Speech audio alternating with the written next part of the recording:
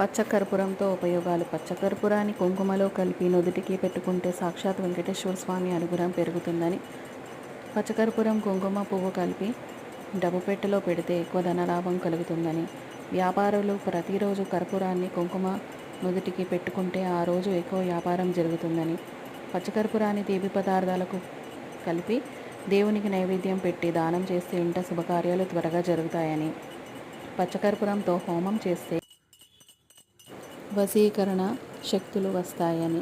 పచ్చకర్పూరం దేవాలయానికి దానం చేస్తే గౌరవం దక్కుతుందని, పిల్లలు లేని వారు పాలలో పచ్చకర్పూరాన్ని జోడించి మంగళవారం శ్రీ సుబ్రహ్మణ్య స్వామికి అభిషేకం చేసి ఆ పాలను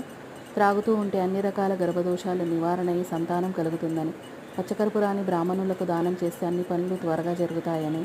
ఇలా ఎన్నో ఉపయోగాలున్న పచ్చకర్పూరాన్ని కుబేర దీపంలో వెలిగించడం ఎంతో మంచిది.